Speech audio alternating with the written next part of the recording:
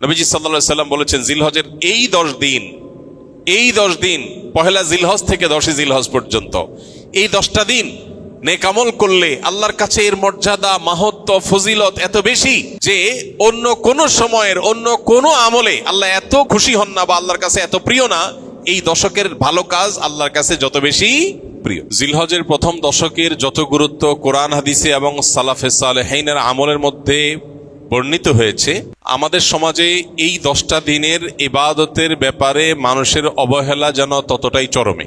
ইসলাম জিলহজের প্রথম 10 দিনের যত গুরুত্ব, যত তাৎপর্য বর্ণনা করেছে, এর ছিটে ফোটাও আমাদের সমাজে সচরাচর চোখে পড়ে না। আমরা কোরবানির পশুর হাট কিংবা গরু ছাগলের আনাগোনা দেখে জিলহজ মাস আসছে সেটা টের পাই, অনুভব করতে পারি। অথচ সাহাবায়ে কেরাম রিদওয়ানুল্লাহি তাআলা আলাইহিম আজমাইন তারা জিলহজের প্রথম 10টি দিন ইবাদতের ব্যাপারে এত বেশি মাশগুল হতেন, এত বেশি রত থাকতেন যে তাদের বাজারে ঘাটে জিলহজের প্রথম দশকের আলামত বোঝা যেত। সাহাবী আবু হুরায়রা রাদিয়াল্লাহু তাআলা আনহু এবং কোন সাহাবী জিলহজের প্রথম দশক এলে বাজারে যেতেন শুধুই তাকবীর পাঠের উদ্দেশ্যে, কোনো কেনা বেচার উদ্দেশ্যে না। উদ্দেশ্য ছিল বাজারে গিয়ে বাজারে দুনিয়াদারিতে মগ্ন মানুষগুলোকে জিলহজের প্রথম দশকের ইবাদতের ব্যাপারে স্মরণ করানো। এই জন্য বাজারে গিয়ে এই দশকে বলতেন আল্লাহু আকবার, আল্লাহু আকবার, লা ইলাহা ইল্লাল্লাহু, আল্লাহু আকবার, আল্লাহু আকবার ওয়া লিল্লাহিল হামদ। এই যে তাকবীর, তাহমিদ, তাহলিল, আল্লাহর একত্ববাদ, আল্লাহর বড়ত্ব এবং প্রশংসা জ্ঞাপন করা, এটা এই দশকের অন্যতম গুরুত্বপূর্ণ একটা আমল। এই আমল করবার জন্য সাহাবীদের কেউ কেউ বাজারে গিয়ে একটু সরবে বলতেন, যাতে করে তার শুনে শুনে অন্যরাও বলতে পারে। মিডল ইস্টের কোন দেশের কোন এলাকাতে একটি চমৎকার দৃশ্য জিলহজের প্রথম 10 দিন উপলক্ষে দেখা যায়। সেটা হলো বিভিন্ন বাসাবাড়ির গেইটে, গ্যারেজে, বিভিন্ন সুপার শপ, শপিং মল, ছোট বড় দোকান ইত্যাদিতে ছোট্ট একটা ডিভাইস সেট করে সেখানে তাকবীরের অডিও অনবরত চালু করে রাখা হয়। মৃদু ভলিউমে হালকা আওয়াজে যে তাকবীরের ধ্বনি চালানো হয়, এটার উদ্দেশ্য পথচারী বা আশপাশ দিয়ে যারা যাবে তাদের জন্য স্মরণ হয় যে এই দশকে নবী আলাইহিস সালাম নির্দেশ করেছেন ফাকসিরু ফিহিন্না মিনাত তাকবীরি ওয়াত তাহলিলি ওয়াত তাহমিদ।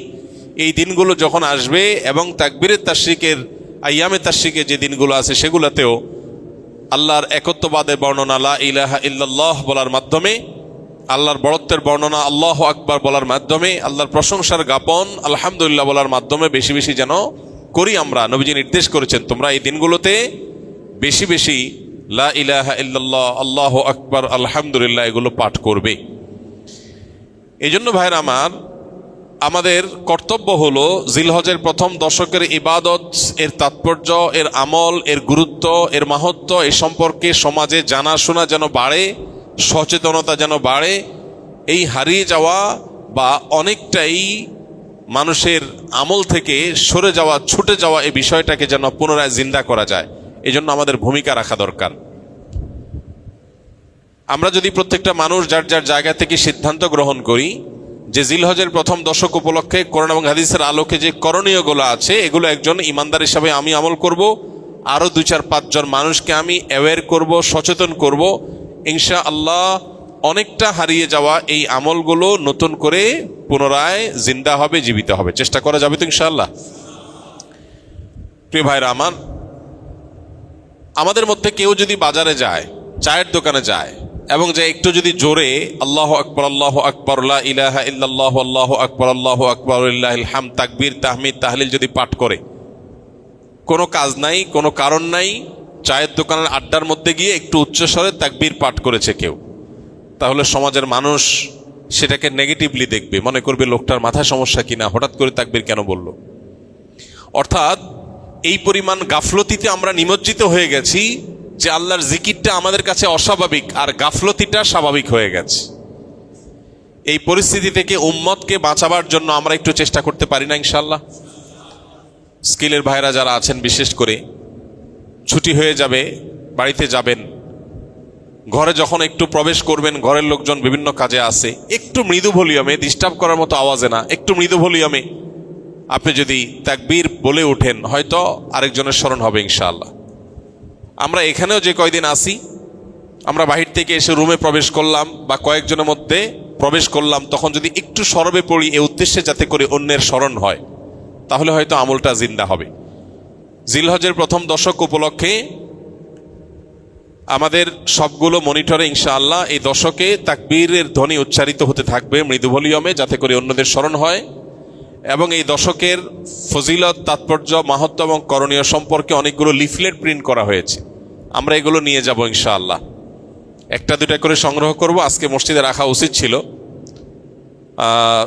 পরবর্তীতে আমরা মসজিদে রাখা হয়েছে কিনা নিয়ে আসতেছে, যদি নিয়ে আসে তাহলে সেক্ষেত্রে ভালো, এটা আগে থেকে আনা দরকার ছিল। তো এই লিফলেটগুলো আমরা ইনশাআল্লাহ যার যার জায়গা থেকে নিয়ে যাব। আর আমাদের সকল প্রতিষ্ঠানে আসুন্নাহ ফাউন্ডেশন থেকে আমরা একটা ফেস্টুন প্রিন্ট করেছি, 2 সাইজের, একটা ছোট আর একটা বড়। এই ফেস্টুনগুলো আমরা প্রত্যেকটা প্রতিষ্ঠানের একেবারে প্রবেশদ্বারে বা এমন জায়গায় যেখানে সবার অনবরত চোখ পড়বে সেখানে আমরা ঝুলিয়ে রাখবো। এই সবগুলোর উদ্দেশ্যই হলো জিলহজের প্রথম দশককে আমরা ইবাদত এবং আমলের একটা দশকে পরিণত করব ইনশাআল্লাহ। রমজান মাসে আলহামদুলিল্লাহ কম হোক বেশি হোক, ভুল হোক ভালো হোক মন্দ হোক, মিলিয়ে ঝুলিয়ে আমল করার একটা চেষ্টা আমাদের সমাজে আছে। কিন্তু জিলহজের প্রথম দশক উপলক্ষে নেক আমল বা ইবাদতের তেমন কোনো কাজ দেখা যায় না। কাজ একটাই, কোরবানির গরু ছাগল কেনা বেচা। এছাড়া এই দশকের আর কিছু চোখে পড়ে? চোখে পড়ে না। আপনারা বিভিন্ন এলাকার মানুষ আছেন, আমি আপনাদেরকে উদাত্ত আহ্বান রাখতে চাই, অনলাইনে আমাদেরকে যারা শুনছেন তাদেরকে উদাত্ত আহ্বান রাখতে চাই। অনেক কোরবানির গরু ছাগলের হাটে মাইক লাগানো হয় নানান ঘোষণা, অ্যানাউন্সমেন্ট ইত্যাদি করার জন্য। আমি লক্ষ্য করেছি খুবই দুর্ভাগ্যজনকভাবে যে কোরবানির পশু কেনা বেচার হাটের অর্থনৈতিক সুফল বিপুল পরিমাণে, আর্থসামাজিক উপকারিতা অনেক বেশি, এটাকে ঘিরে হাজার হাজার লক্ষ লক্ষ মানুষের জীবিকার ব্যবস্থা হয়। এই দেশ পশু পালনে অনেকটা স্বয়ংসম্পন্ন, পশুর গোশত যতটুকু আমাদের প্রয়োজন হয় তার জন্য স্বয়ংসম্পূর্ণতা অর্জন করেছে শুধু কোরবানির খাতিরে। সারা বছর একটা বাছুর লালন পালন করার পর বা 2 বছর লালন পালন করার পর যখন বাজারে বিক্রি করে কেউ একজন গরিব মানুষের সংসার পালার মতো টাকা হয়ে যায়। বহু মানুষের জীবিকা এই কোরবানির এই ইবাদতের মাধ্যমে আল্লাহ তাআলা ব্যবস্থা করেছেন। কোরবানির এই আমলটা যেখানে একটা ইবাদত, আল্লাহর গুরুত্বপূর্ণ একটা নির্দেশ। নবী করিম সাল্লাল্লাহু আলাইহি সাল্লাম কানা নবী সাল্লাল্লাহু আলাইহি সাল্লাম আকামা রাসূলুল্লাহ সাল্লাল্লাহু আলাইহি সাল্লাম বিল মদিনাতে 10 সিনিন ইউদাহি, নবীজি 10 বছর কোরবানি করতেন, মদিনায় অবস্থান করেছেন এবং কোরবানি করতেন। শুধু বিদায় হজের সময় তিনি হজের সফরে ছিলেন, বাকি বছরগুলোতে তিনি মদিনা থেকে প্রতি বছর কোরবানি করতেন। তো কোরবানির এই আমলটা যেহেতু একটা ইসলামিক কাজ, একটা ইবাদত, সেই ইবাদতকে ঘিরে যে হাট বা বাজার হয় সেখানকার মাইকে গান এবং বাজনা বাজানো হয়, এর চেয়ে দুর্ভাগ্যজনক বাস্তবতার কি আছে? তো আপনাদেরকে আমরা উদাত্ত আহ্বান রাখতে চাই, এইসব মাইকে বিভিন্ন অ্যানাউন্সমেন্ট করতে হয়, বিভিন্ন ঘোষণা দিতে হয়, সেটা দেওয়া হোক। পাশাপাশি বাকি সময়গুলোতে মানুষের অ্যাটেনশন গ্রো করার জন্য গান বাজনা নয়, তাকবীরের ধ্বনি উচ্চারিত হোক। আমরা ইনশাআল্লাহ দাওয়াতের নিয়তে, মাস্তানি না, কিসের নিয়তে? দাওয়াতের নিয়তে এরকম হাট বাজারগুলোতে যারা দায়িত্বশীল আছেন তাদেরকে গিয়ে যদি ফাউন্ডেশন একটা লিফলেট দেই আর একটু হাতে পায়ে ধরে আল্লাহর ভয় দেখাই যে আপনি যে গান বাজাচ্ছেন এই গান শুনে যত মানুষ গুনাহগার হবে, এ হারাম মিউজিকের কারণে যত মানুষ গুনাহগার হবে, আপনি দায়ী হবেন। মানুষ এসছে ইবাদতের একটা কাজের জন্য, পশু কেনার জন্য, আপনি তাকে গুনাহ করতে বাধ্য করছেন, এটা হয় না। এলাকার ওলামা একরাম যাদের প্রভাব আছে, যাদের সামাজিক অবস্থান আছে, সেরকম ভালো 2-4টা মানুষকে সাথে নিয়ে আমরা দাওয়াতের উদ্দেশ্যে বললাম। আমাদের কথা যদি কেউ আমল নাও করে সওয়াব তো আমরা পেয়ে যাবো ইনশাআল্লাহ। চেষ্টা করা যাবে না ইনশাআল্লাহ? আমরা যদি এটা কেউ করতে পারি, পরবর্তীতে ছুটির পরে এসে বাইজিদের কাছে আপনারা রিপোর্ট করবেন কে কোন বাজারে এই আমলটা করাইতে পারছেন, পারলে ভিডিও করে রেখে দিবেন। আমি ইনশাআল্লাহ ছুটির পরে, আমি হজের সফর থেকে ফিরে আসার পরে আপনাদের মধ্যে যারা এই কাজটা করতে পারবেন আমি আলাদা করে তাদেরকে পুরস্কার দেবো ইনশাআল্লাহ। আর আমার পুরস্কার আর কি, আল্লাহ রাব্বুল আলামিন সবচেয়ে বড় পুরস্কার ইনশাআল্লাহ দিবেন। চেষ্টা করা যাবে না ইনশাআল্লাহ? তো আমরা দাওয়াতের নিয়তে এই পরিকল্পনাটা করব যে কোরবানির পশুর হাটে গান বাজনা নয়, তাকবীর উচ্চারিত হওয়া উচিত। মানুষকে নরমের সাথে যুক্তি দিয়ে বোঝাতে হবে, রাগারাগি না, মানুষের সাথে ব্যবহার খারাপ করা না, দাওয়া হতে হবে সুন্দরভাবে। চেষ্টা করা যাবে না ইনশাআল্লাহ? একটা লিফলেট নিয়ে গেলেন কোরবানির পশুর হাটে, যে জায়গায় লাগাইলে কারোর ক্ষতি হবে না, কারোর ওয়ালে পারমিশন ছাড়া লাগাইলে তিনি কষ্ট পাবেন, নিষেধ করা আছে, এরকম জায়গায় না। যেখানে লাগালে কারোর কোনো অসুবিধা হবে না এরকম জায়গায়। কোনো একজন রিক্সা চালক ভাই তিনি সম্মতি দিয়েছেন তার রিক্সার পেছনে লাগাতে, তাহলে তার অনুমতি নিয়ে তার পেছনে লিফলেট লাগাই দেন, যাতে করে এটা দেখে 10 জন মানুষ আমল করে। একটা হারিয়ে যাওয়া সুন্নাহকে, একটা হারিয়ে যাওয়া বা বেশ কয়েকটা হারিয়ে যাওয়া আমলকে আমরা সমাজে পুনরায় জীবিত করার জন্য যদি কাজ করি, তাহলে আমাদের মর্যাদা আল্লাহর কাছে কত বেশি, এই বিষয়ে বহু হাদিস বর্ণিত হয়েছে। আমরা সেই মর্যাদা অর্জন করার চেষ্টা করতে পারি না ইনশাআল্লাহ? এই জন্য ভাইরা আমার, যারা এই কথাগুলো আমরা শুনছি অনলাইনে অফলাইনে, আমরা আরো কয়েকজনের কাছে পৌঁছে দিব। জিলহজের প্রথম দশক শুধু কোরবানির পশু কেনা বেচার দশক নয়, এই দশক ইবাদতের দশক, এই দশক আমলের দশক। নবী করিম সাল্লাল্লাহু আলাইহি সাল্লাম বলেছেন, মা মিন আইয়ামিন আল আমালুস সালিহু ফিহিন্না হাব্বু ইলাল্লাহ মিন হাযিহিল আইয়াম। কিলা ইয়া রাসূলুল্লাহ ওয়ালাল জিহাদু ফি সাবিলিল্লাহ? ক্বাল ওয়ালাল জিহাদু ফি সাবিলিল্লাহ।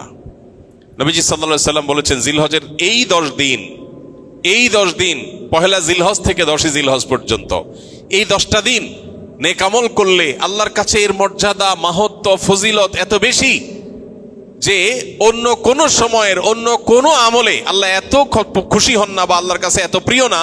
এই দশকের ভালো কাজ আল্লাহর কাছে যত বেশি প্রিয়। সাহাবীগণ জিজ্ঞাসা করলেন, হে আল্লাহর রাসূল, অন্য সময় আল্লাহর রাস্তায় জিহাদ করলে যে বিপুল ফজিলত, সেটার মর্যাদাও কি এই দিনের চাইতে বা সেটাও কি আল্লাহর কাছে বেশি প্রিয় না? নবীজি বলেছেন, না, ওয়ালাল জিহাদু ফি সাবিলিল্লাহ। অন্য সময় জিহাদ করেও আল্লাহর কাছে এই দশকে নেক আমলের সমান সওয়াব পাওয়া সম্ভব না বা আল্লাহর প্রিয় নয়। তবে অন্য সময় যদি কেউ জিহাদ করতে বের হয়ে তার জান মাল সব কোরবান করে দেয়, তার কথা ভিন্ন, তার সাথে কারো কোনো তুলনা নেই। তাহলে ভাইরা আমার, এই দশকে নেক আমলের ব্যাপারে নবী আলাইহিস সালাম এত বেশি গুরুত্ব আরোপ করেছেন, এত বেশি গুরুত্ব দিয়েছেন, আল্লাহ তাআলার কাছে সবচেয়ে বেশি প্রিয়। এই জন্য এই দশকে আমরা নেক আমল করার চেষ্টা করবো তো ইনশাআল্লাহ?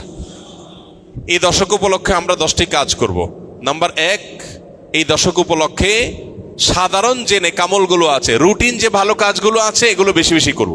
কারণ এই যে মাত্র যে হাদিসটা শুনলাম যে এই দশকের ভালো কাজ আল্লাহর কাছে সবচেয়ে বেশি প্রিয়, অতএব আল্লাহর কাছে যেহেতু সবচেয়ে বেশি প্রিয়, রমজানের পরে, রমজান তো মাস হিসাবে সবচেয়ে সেরা, দিন হিসাবে সবচেয়ে সেরা এই দশক, এই দশকের আমল যেহেতু আল্লাহর কাছে বেশি প্রিয়, অতএব এই দশকে যে কোনো ভালো কাজ, 5 ওয়াক্ত নামাজ পুরুষরা জামাতের সাথে তাকবীরুল্লাহর সাথে যতটা গুরুত্বের সাথে সম্ভব পড়ব, আর মহিলারা সময় মতো যথাসম্ভব উত্তম উপায়ে আমরা নামাজ পড়ব।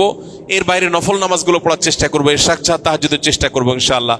যত নফল আমল করা যায়, ফরজ আমলগুলোর ইহতিমাম বা গুরুত্ব আরোপ করা যায় সেগুলো করব। 1, নেক আমল করা বেশি বেশি, কোরআন তেলাওয়াত, জিকির, আজকার সবগুলো। নাম্বার 2, যত রকম গুনাহ এবং পাপের কাজ আছে এগুলো সারা বছরই নিষিদ্ধ, হারাম।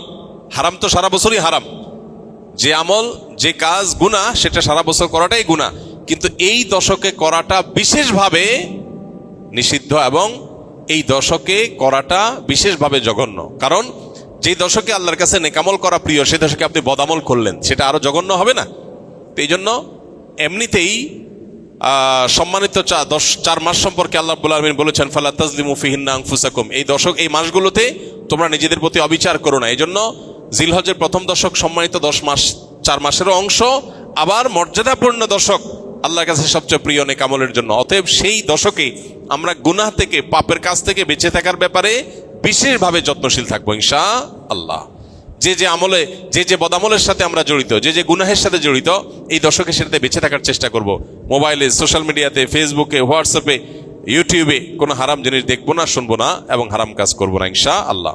নাম্বার 3, বেশি বেশি আল্লাহর জিকির করা। কারণ আল্লাহ তাআলা সূরা হজর 28 নম্বর আয়াতে এই নির্দিষ্ট দিনগুলোতে আল্লাহ বেশি বেশি জিকির করতে নির্দেশ করেছেন। অতএব বেশি বেশি আল্লাহর জিকির, যত রকমের আল্লাহ জিকির হতে পারে, মুখের জিকির, অন্তরের জিকির, এই জিকিরগুলো বেশি বেশি করবো ইনশাআল্লাহ। নাম্বার 4, যাদের হজের তৌফিক হয়েছে তারা এই দশকে হজ করবেন, হজ শুরু করবেন 8 তারিখে। আর নাম্বার 5, যাদের কোরবানির তৌফিক আছে তারাও কোরবানি করবেন, কারণ মান ওয়াজাদা সাআতান লিআন ইউযাহিয়া ওয়া লাম ইউযাহি ফালা ইয়াকরাবান্না মুসাল্লানা। যার কোরবানি করার সামর্থ্য আছে অথচ কোরবানি করলো না, নবী সাল্লাল্লাহু আলাইহি ওয়াসাল্লাম সতর্ক করেছেন, হাদিসে সতর্ক বাণী এসেছে, সেজন্য মুসলমানদের ঈদগাহে না আসে। এই জন্য কোরবানি করা এটা হলো 5ম আমল এই দশকের, যাদের তৌফিক আছে। 6 নম্বর আমল হলো, যারা কোরবানি করার সিদ্ধান্ত গ্রহণ করবেন তারা জিলহজের চাঁদ ওঠার পর থেকে নিয়ে ঈদের দিন কোরবানি করা পর্যন্ত এই সময়ের মধ্যে মাথার চুল, গোঁফ, হাত পায়ের নখ এবং শরীরের অবাঞ্ছিত পশম ইত্যাদি এগুলো কাটা থেকে বিরত থাকবেন এই 10 দিন। অর্থাৎ এগুলো চাঁদ উঠার আগে আগে কেটে ফেলবেন। আর কাটবেন কখন? কোরবানির পরে। তাহলে চাঁদ উঠা থেকে কোরবানি এই সময়ের মধ্যে চুল নখ ইত্যাদি কাটা থেকে বিরত থাকবেন কারা? যারা কোরবানি করার নিয়ত করেছেন। যদিও এখানে কোরবানি যারা করার নিয়ত করেন নাই, যারা কোরবানি করার নিয়ত করেন নাই সে মানুষগুলোর জন্য এই আমলের কথা অনেক উলামা ইকরাম বলেন এবং উভয়টার সপক্ষেই কম বেশি দলিল এবং যুক্তি আছে। 7 নম্বর আমল হলো বেশি বেশি তাকবীর তাহমিদ তাহলিল পড়া, যেটা মাত্র বললাম। উঠতে বসতে চলতে ফিরতে বাজারে ঘাটে ঘর বাড়িতে সব জায়গাতে আল্লাহু আকবার আল্লাহু আকবার লা ইলাহা ইল্লাল্লাহ আল্লাহু আকবার আল্লাহু আকবার ওয়ালিল্লাহিল হামদ বেশি বেশি উচ্চারণ করা। আমরা মোবাইলের ওই যে কল করলে যে বাজে, যে কি বলে ওইটাকে, রিংটোন না, ওয়েলকাম টিউন। ওয়েলকাম টিউন হিসাবে তাকবীর কিভাবে সেট করা যায় সেটার জন্য আমরা প্ল্যান করতে পারি, প্রোগ্রাম করতে পারি। আর কতভাবে মানুষকে স্মরণ করানো যায় হালাল উপায়ে, বৈধ উপায়ে, সেটা আমরা চেষ্টা করতে পারি। তাহলে 7 নম্বর আমল হলো বেশি বেশি তাকবীর তাহমিদ তাহলিল পাঠ করা। এটা এই 10 দিন ধরে রাত দিন কোনো সংখ্যা ছাড়া যার যতটুকু তৌফিক হয়। 8 নম্বর আমল হলো এই তাকবীরটাই আইয়ামে তাশরিকে অর্থাৎ জিলহজের 9 তারিখ বাদ ফজর থেকে নিয়ে জিলহজের 13 তারিখ আসর পর্যন্ত প্রত্যেক নামাজের পরে একবার করে পাঠ করা, নারী পুরুষ সবাই। এটা আবশ্যক, সবাইকে করতে হবে প্রত্যেক নামাজের পরে একবার করে। এটা হলো তাকবীরে মুকাইয়াদ বলে, নির্দিষ্ট তাকবীর এই দিনগুলোতে এই নামাজের পরে। আর প্রথমটা বললাম 7 নম্বর আমলটা হলো সাধারণ তাকবীর, তাকবীরে মুতলাক, অর্থাৎ এই দশক জুড়েই সবসময় বেশি বেশি তাকবীর পাঠ করা। তাহলে 8টা আমল পেয়ে গেলাম। 9 নম্বর আমল হলো জিলহজের 9 তারিখে রোজা রাখা। যারা আরাফায় যেতে পারেন নাই, বিশ্বজুড়ে যে মুসলমানরা আছেন তারা এই দিন রোজা রাখবেন। এই দিনে রোজা রাখলে কি লাভ হবে? নবী আলাইহিস সালাম বলেছেন আহতাসিবু আল্লাহু আইয়ুকাফিরাস সানাতা আল্লাতী ক্বাবলাহু ওয়াল্লাতী বা'দাহু। অর্থাৎ জিলহজের 9 তারিখে আরাফাত দিনে রোজা রাখলে কেউ তার 1 বছর আগের আর বেঁচে থাকলে অগ্রিম 1 বছর পরের গুনাহ আল্লাহ মাফ করে দিবেন।